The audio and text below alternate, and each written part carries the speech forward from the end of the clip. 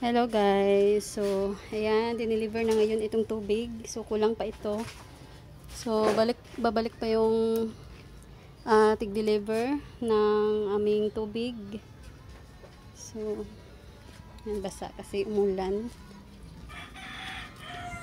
Pila ka buo? Ito 500, 1, 2, 3, 4. Buang dua. Duha ka kok. Masa ka nga ito na mabasiyo? Isa, dua, tulo, upat, lima, unong, pito. Pito ka bear. Nya, isa. Isa tanang sa naho og kilay SMB adto. Buang rin. Dua. So ayan, magpapahakot kami guys ng mga soft drinks at beer. Dahil ayan, kakaunti na ito. Meron na tayong isang case ng Pepsi, isang case ng Coke, merong sparkle dito, bawas na. At meron din tayo ditong Mountain Dew. So dito mga 7-Up Sprite. Ayan, din sa ilalim naman is Coke. Ayan, so dito naman tayo guys. So wala nang laman itong isang case ng Coke. Ayan, so yung ibang mga basyo namin ay hiniram pa. Ayan, dito sa amin is pwede kaming magpahiram. Yung iba is may deposit pag hindi namin kilala, pag malayo rin yung kanilang bahay. Kahit kilala namin sila, pero malayo naman yung kanilang bahay. So may deposit guys. Then, meron ditong dalawa. Ayan, dalawang case pa na beer. At dito naman, Coke, dalawang case. So, marami pa tayong Coke. Dalawang case puno pa, guys. Then, yung meron naman ito, tatlo. So, nilagay ko na doon sa tindahan. Ayan, yung tatlo. Pero, puno pa yung aming chiller. So, nasa labas lang, guys, nilagay ko sa labas ng chiller. So, meron na lang tayo ditong beer. 1, 2, 3, 4, 5, 6, 7. So, 7 cases ang natira dito. Meron tayo dito San Miguel. Puro na ito San Miguel, itong tatlo. Then, merong San Miguel na isa dito. At puro Red Horse na ito, nandito sa ilalim. Itong 1, 2, 3. So, ayan, 4. So, ayan guys. Then, ito yung aming mga pinamili. So, update ko sa inyo. Namili na naman kami kagabi sa Alturas Mall. So, andito. Nagkalat pa dito guys sa loob. So, meron ako ditong damit na nakalagay jacket. So, ayan guys, yung mga pinamili namin kagabi. Ayan. So, namili kami sa Shoppers Mart at Alturas Mall. Hindi talaga mawawala guys ang aming pamimili sa Shoppers Mart. Doon kami unang mamimili. Ayan, nakapatong na dito yung ating katol at saka posporo.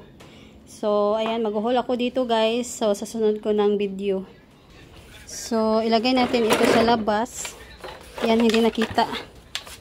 Yan, baka hindi ito masama sa pamimili ng beer. Then ito, walang laman dahil hindi pa sinauli yung mga basiyo. At meron dito guys. Kulang ng isa. Yung beer. Ah. 9 ka case RH o isa ka case 500. Dua ka ha? So ayan guys, meron ng 4 na case ng Red Horse na dumating. Ayan, then kompleto na ang tubig. So madami kaming galon ng tubig, 6 itong maliliit at 9 na malalaki. Pero ito na lang guys ang natira, meron na lang 5. So pang-6 yung nasa aking pinsan. Ayan, nanghihiram sila ng galon. So, yun guys ang papalitan nila dito sa amin. Ayan. So, ayan guys, 4 pa itong ating Red Horse. Kaya, ayan, hintayin muna natin. Kapag kompleto na, balik tayo guys. So, ayan guys. So, isa na lang ang kulang. Kulang lang ito ng isang case ng Coke. So, andito na yung 9 na case ng beer. Red Horse ito guys lahat. At nandito na rin yung ating 500. Ayan, nasa ilalim yung 500 natin. So, ito na guys yung listahan ko. Ayan, na ginawa kanina.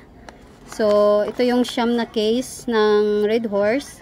at isang case ng 500 at dalawang case ng Coke. So medyo madilim lang guys dahil ayan umaambon. So nagkakalaga lahat guys ang nabayaran namin sa aming Red Horse na siyam na case ay nagkakalaga lahat ng 5,634. Then ang ating isang case ng Red Horse na 500 naman ang ating nabayaran. So ito yung ating puhunan guys, 615 at dalawang case ng Coke naman ang ating nabayaran is 780. So nagtotal guys lahat-lahat ang aming nabayaran sa aming napamili na soft drinks at beer. So umabot lahat ng 7,029 pesos. So ayan guys. Then ang puhunan ng ating Red Horse, so umabot ito ng 5,634. So 5,634 divided by 9. So pumapatak guys na ang ating puhunan ng aming Red Horse ay 626. So ang aming bentahan is 626. So bentahan namin is 130 pesos. Ang aming bentahan ng isang litro ng Red Horse. So ito times natin sa 6 dahil 6 yung laman ng isang case. So pumapatak guys na ang ating puhunan bawat case ng Red Horse na litro. So ayan, pumapatak na 626 pesos per case. So ang bitahan namin is 130. So i-times natin sa 6 dahil 6 yung laman ng isang case. So pumapatak guys na meron tayong kita na 780 kapag nabenta ito lahat yung isang case. So i-less natin sa ating puhunan na 626. So pumapatak guys yung kita natin sa isang case ng Red Horse is aabot guys ng 154 pesos yung kita natin sa isang case ng Red Horse. So ayan, sa siyam na case meron tayong 154 na kita bawat isang case. So ito times natin sa 9. So ito guys, so pumapatak guys na meron tayong kita sa siyam na case ng Red Horse. Ayan, so pumapatak na maabot guys yung kikitain natin ng 1,386 pesos. Ayan. So kapag ano guys, makukuha natin itong ating tubo sa ating beer kapag nabenta na ito lahat. So ang puhunan ko naman ng ano guys, yung ating 500 na Red Horse sa yung isang case. So 12 pieces ang laman.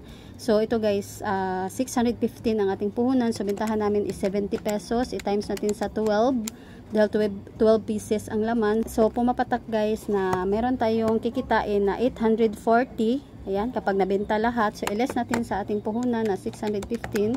So pumapatak guys na ang ating kita or tubo natin sa isang case ng Red Horse na 500. So pumapatak guys na meron tayong kikitain na 225 pesos. Ayun. So pasensya na kayo guys kasi naka ano itong ating cellphone dito lang sa misa ko nilagay. Ayan. So maliit lang yung aking stand. Ayan. So ito guys. Then ang ating Coke naman. So ang puhunan naman natin ng ating Coke na litro. Ayan. So dalawang case. Pumapatak ng ating nabayaran is 780. So i-divide natin sa 2. So pumapatak guys na ang ating puhunan is ayan, ito 390 pesos. So ang bitahan namin, lagay natin dito 390. So ang bitahan namin is 48 pesos yung aming bintahan ng litro na Coke. So ita times natin guys sa 12 pieces. Ayan, dahil 12 pieces ang laman ng isang case ng Coke na litro. So ayan guys, pumapatak na meron tayong kikitain. Ayan, ito 576 pesos.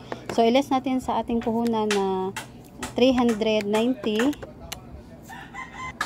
So pumapatak guys na ang ating kita, ayan, sa isang case ng Coke. So meron tayong kikitain na 186 pesos. So ito yung net na kita natin guys sa isang case ng Coke. Ayan. So ayan guys, pumapatak na ang kikitain natin dito sa ating pinamili ngayong araw nitong ating siyam na case ng Red Horse, isang case ng 500 na Red Horse at dalawang case ng Coke. So pumapatak na meron tayong kita na 1,983 pesos.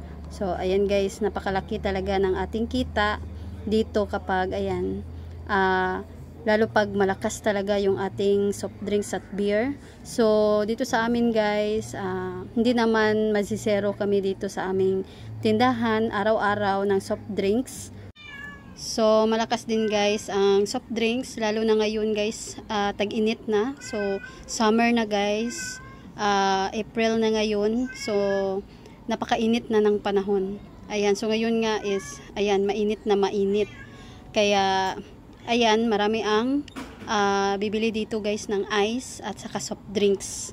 So meron talagang bibili guys ng soft drinks dahil may mga customer kami na mahilig talaga sa soft drinks. So ito namang ating beer, malakas ito guys kapag may okasyon, kahit walang okasyon, kapag sila guys tipon-tipon. So ayan, kapag meron silang mga barkada or ayan, malakas siya. Then kapag may okasyon, ayan, malakas din. Malakas din guys pag Sabado ang beer dahil may mga magsisweldo. Ayan yung mga construction worker. So ayan guys, pansin namin kapag ayan, Sabado talaga is marami ang mamimili. Meron times din na malakas sa Biyernes at Linggo. Ayun, kasi walang pasok. So ayan, gusto lang nilang uminom dahil kakasweldo lang nila. So dapat marami tayong stock kapag Sabado at Linggo. Ayan, mag-stock na tayo para hindi tayo mawalan pag may maghanap. So meron agad-agad tayong maibigay sa kanila. Then yung yung beer natin, papalamigin natin para gaganahan talaga yung ating customer dahil gusto nila yung malamig na malamig talaga. Ayan, kaya lagi tayong mag-i-stock, lagi tayong maglalagay sa ating ref ng mga soft drinks at beer para hindi tayo mawala ng malamig. Dahil may times kapag naubusan tayo ng malamig na soft drinks at beer, so hindi sila bibili dahil ayaw nila na lagyan ng ice. Gusto talaga nila yung pure na malamig na siya. So ayaw nila na hinaluan ng ice. So ayan, dito sa amin yan guys ang nila. Pag hindi malamig yung ating soft drinks, so pupunta sila sa ibang tindahan. Ayan, maghanap ng malamig na soft drinks. Kaya ayan, lagi naming nire-refillan itong aming freezer para hindi kami mawala ng malamig na soft drinks. So yun guys ang ginagawa namin. So hindi talaga tayo magpapawala nitong mga panindang ito dahil ito yung nagpapalaki ng kita sa tindahan. So kapag meron tayong ref or kahit ano guys yung ating gagamitin na meron tayo sa ating bahay, so magtinda tayo guys ng mga malalamig na inumin dahil ito guys yung malaki ang kita. Ayan. So ayan lang guys, ito lang yung share ko sa inyo for today's video. So nag-share lang ako sa inyo dito sa aming pinamili ngayong araw. So ito yung binili namin guys, itong soft drinks at beer. So nag-share lang ako sa inyo kung magkano ang ating puhunan at aming bintahan at kita ko dito. So ayan lang guys, sana ay nagustuhan ninyo itong aking video for today. So thanks for watching.